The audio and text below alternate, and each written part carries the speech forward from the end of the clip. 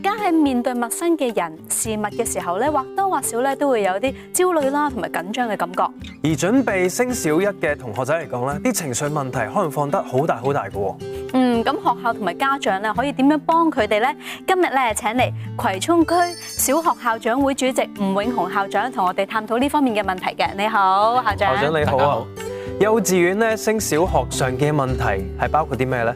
因為幼稚園升小學咧，其實係講緊個小朋友係5、6歲到嘅啫。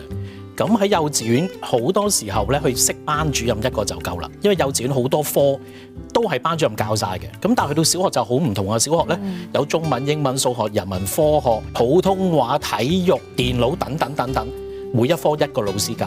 咁你可以想像10幾個老師啦已經。第二就係小學基本上個規模大好多，我哋有6個年級。我哋有800個同學仔，咁同學要認識每個唔同嘅特別室啊、課室啊，都要啲時間。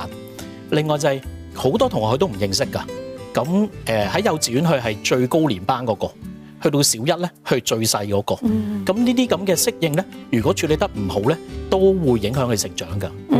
我記得啦，我作為媽媽啦，嗰陣時個女咧，即係由幼稚園上小學嘅時候，我都好緊張嘅，因為即係始終幼稚園嘅時候咧，仲係好 BB 噶嘛，即係老師咧會照顧晒噶嘛，但係小學就唔同啦，突然間佢哋要獨立做好多嘅嘢啦，咁樣。其實如果呢方面咧冇好咁銜接嘅話咧，會衍生咩問題咧？其實係嘅，因為首先家長方面先啦，家長要俾一啲耐性。同埋唔好覺得啊，你喺KV 嘅時候樣樣都得㗎喎，點解去到小一反而倒退啊？倒退有輕微嘅倒退係正常。家長要有個量度就係原來去一個新環境，譬如我哋做大人去工作一個新嘅工作環境，佢都要適應啦。我哋都緊張啦，尤其是一個6歲嘅小朋友啊，好細嘅啫，其實。咁家長首先要有個耐性先啦。第二就係如果處理得唔好咧，佢會驚咗返學。嗱，幾大件事㗎，驚咗返學，因為未來6年都喺呢度返學㗎嘛，佢要適應呢度環境啊嘛。咁如果佢怕咗呢個小學嘅環境，第二就係佢唔夠膽同人相處。嗱，作為家長，如果仲要鬧佢，仲話點解你會咁㗎？你喺幼稚園唔係咁㗎喎，點解會退步㗎？咁又或者如果屋企有多一個 BB 咧？要比較仲大件事，即係會話你係大哥哥大姐姐嚟個喎，點解會倒退㗎？咁令到個小朋友會覺得好無助、好擔心，咁慢慢佢會怕咗同人相處，怕咗返學咧，佢會逃避咧，對佢嘅成長好大影響，反而仲大咗壓力㗎，係啊，咁啊學校點樣幫小朋友去適應小一嘅生活咧？我諗適應小一生活咧，就唔係等到9月升小一咁9月1號啦返學啦，咁要由頭適應就一定唔得嘅。咁我哋通常喺8月咧，每間學校都係8月就會做啲適應班啦，鼓勵家長多啲帶小朋友去學校去睇一睇、參觀下學校嘅環境。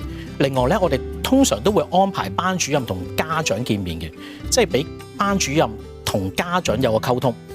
嚟緊咧就係我係1年班班主任喎，有啲咩直接揾我啦。等家長小朋友都覺得有個依附喺度先，即係唔好驚咗。去到小學一個人都唔識，咁其實係識嘅，最少班主任同佢溝通係好重要。第二就係學校都會做咗好多唔同嘅設施嘅，包括咗譬如我哋學校咧都會做咗 3D VR 嘅一個網頁咧，就等家長可以同小朋友喺屋企咧就撳入去，就係完全可以追蹤翻學校1年班課室喺邊啊，洗手間喺邊啊，特別室喺邊啊，等佢未翻學之前咧都行一次個校園。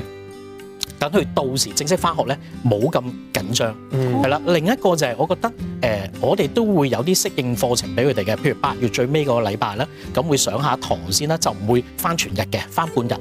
同埋9月咧，通常頭嗰2個禮拜咧唔食lunch 住嘅，我哋係會翻半日，等佢適應咗2個禮拜。去到第3個禮拜先翻全日，咁就唔好咁快俾佢哋覺得，哇！我一翻就要翻全日，哇，好辛苦喎。第二提醒家長咧，都要慣咗俾小朋友自己進食。嗱，呢個都重要嘅。可能喺幼稚園咧，係姐姐會餵埋飯嘅，會剪到好碎嘅啲肉。咁去到小學咧，我哋都會有家長義工幫手嘅，咁都會照顧佢2個禮拜到嘅。咁但係都要俾自己小朋友習慣適應自己進食，自己抄家課冊，自己執書包，呢個慢慢要適應咯。咁但係當然你話會唔會有啲未適應到會點咧？我哋都會有啲小一嘅自律嘅課程，就會譬如班主任發現某個同學仔比較論盡喎，就會約家長一齊嚟到學校，再會同佢傾一傾嗱，佢喺邊個方面或者執書包比較慢啲啊，咁可以點樣幫佢喺屋企啊咁樣？呢個我覺得最重要，家長多啲去同學校溝通，呢個好重要。多溝通，循序漸進咁樣幫個小朋友啦。咁啊點樣咧可以更加做到咧，即係愉快又有效咁樣銜接幼小咧？我諗最重要就係小一我哋都有啲微調嘅安排，包括咗就係小一我哋基本上而家咧就冇特別安排一次性嘅測驗考試㗎啦，就等到佢哋唔好同人比較。因為以前我哋讀書，我諗大家都經歷過啦，好緊張個分數，好緊張啊！全級考第幾啊？媽咪一即刻問你全級考第幾啊？合唔合格啊？都係問呢啲。而家一年班咧就冇測驗考試，取消晒㗎啦，基本上都。咁會點樣睇到小朋友嘅進步咧？就係睇佢每一個小朋友嘅進展性評估。我哋鼓勵家長每一個小朋友獨一無二，冇得比較。可能有啲同學仔讀書叻啲，有啲同學仔運動叻啲，有啲同學仔畫畫叻啲，其實冇意思，亦都唔應該比較。咁每一個同學仔，只要我哋睇翻去進展性評估，係 focus 翻落去每一個小朋友獨立方面咧，咁家長唔好同人比咯。咁第二就係多啲鼓勵我哋小朋友啦，多啲鼓勵佢，佢只要今日比琴日有進步咧，其實已經要鼓勵啦。千祈唔好話邊個咁樣喎，咁呢個我哋慣咗啊！我細個都係咁嘅，阿媽會將我同人比較咁，但係呢一代唔係咁樣去教啦，即係我哋希望同學仔係愉快去成長。第二就係學校都做好多活動俾一年班嘅，包括咗我哋譬如體育堂咧，我哋會一個禮拜有3堂體育堂，目的得一個啫。等一年班嘅小朋友，佢哋中意喐噶嘛，你俾佢活動多啲啦。第二就係課程方面都係活動性質多啲嘅，即係唔會淨係嗱你坐定聽書咁就唔會咁樣噶啦。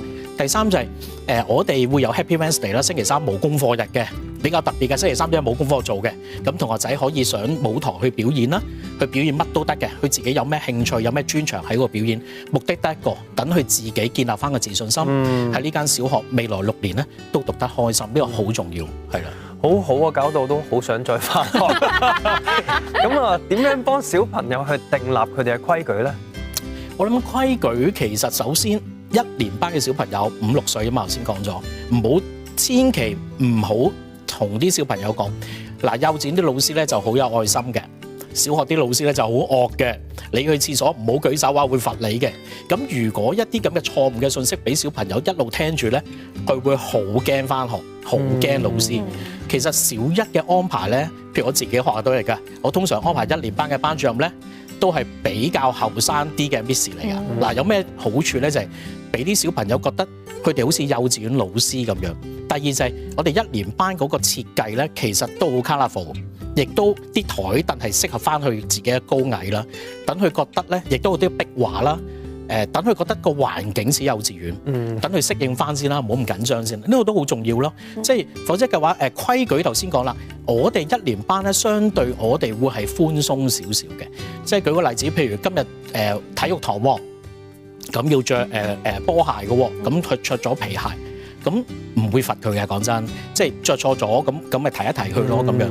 第二就係慢慢要作息要定時啦。因為翻小學頭先講咗啦，都係全日制㗎啦，咁唔好咁夜瞓啦。咁呢個都係家長要去配合嘅。譬如我見到有啲家長咧就好遲教到好問，譬如我哋8點鐘要翻到學㗎啦嘛，小學好早翻學㗎啦，8點鐘一定要翻到學校門口㗎啦。咁有啲家長就7點58分先飛奔翻嚟學校，咁其實對個小朋友佢都唔舒服啦，即係覺得好辛苦啊，翻到嚟又大汗揼細汗咁，我覺得對佢嘅都唔係幾好。所以只要平日有個簡單嘅時間表，一個作息定時，同埋同小朋友講其實我哋盡力去配合就得㗎啦。就算做錯咗，有咩唔係好達到學校嘅要求，唔緊要嘅，都有時間俾你適應翻嘅，呢個好重要咯。咁家長咧可以點樣配合學校去支援小朋友啊？我諗最重要喺小學階段咧，家長係要多啲陪同小朋友出席學校嘅活動。嗱，譬如我哋都係每一個月都有每月嘅聚會嘅，目的得一個嘅啫，就係等家長好清楚知道啱啱過去嗰一個月學校做咗啲乜嘢㗎，小朋友喺呢一個月裏邊嘅發展係點樣㗎，多啲嚟出席學校嘅活動，等佢知道啊，原來我同小朋友一齊都係學緊嘢嘅。譬如我哋都做咗一啲就叫家長學堂嘅計劃啦，就係家長嚟小學上堂嘅。個對象係家長，我會幫手教啦。譬如我中意寫毛筆字教家長書法啦。咁當小朋友見到爹哋媽咪都去學校上堂咧，其實佢會更加開心。我同爹哋媽咪一齊返學，咁令到家長知道小朋友喺學校面對緊啲乜嘢。咁呢個好重要。第二就係多啲支持佢，頭先提咗啦，亦都唔好等到去到5、6年班先至升中派位就好緊張，2、3、4年班所有學校嘅活動就唔出席，咁就變咗嗱細路仔好得意嘅。如果你一路唔理去到升中派位先再留意佢咧，佢唔係好想同你傾嘅。所以由1年班開始一路陪住佢成長，學校有活動要多啲出席，多啲了解小朋友學校嘅發展情況，呢個好重要。好似校長講咧，唔好比較。咁但係仲有啲咩要去提點家長嘅咧？我諗最重要，家長真係要人生係長跑嚟嘅，即係我哋要陪住小朋友一路 back up 住佢，無論成功失敗都好。當佢知道一路陪住佢成長咧，佢有安全感、有尊重感咧，我諗佢將來都會有自己嘅自信心，成為一個品格好啊，或者多啲中意幫人、有自信心嘅人啦，咁樣好重要啦。今日多謝晒吳校長你嘅分享㗎，相信咧咁多位家長咧知道點樣幫助小朋友去適應新嘅環境啦。